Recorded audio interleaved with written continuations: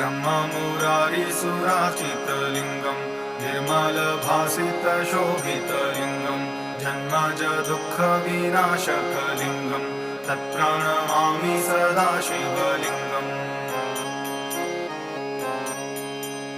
देवमुनिप्रवराजितलिङ्गं कामदहं करुणाकरलिङ्गं रावणदर्पविनाशनलिङ्गं तत्प्रणमामि सदा शिवलिङ्गम्।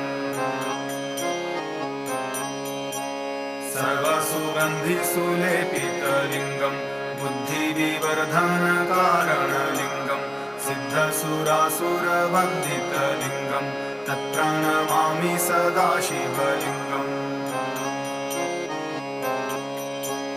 कनकमहामणिभूषितलिङ्गं फणिपतिवेष्टितशोभितलिङ्गं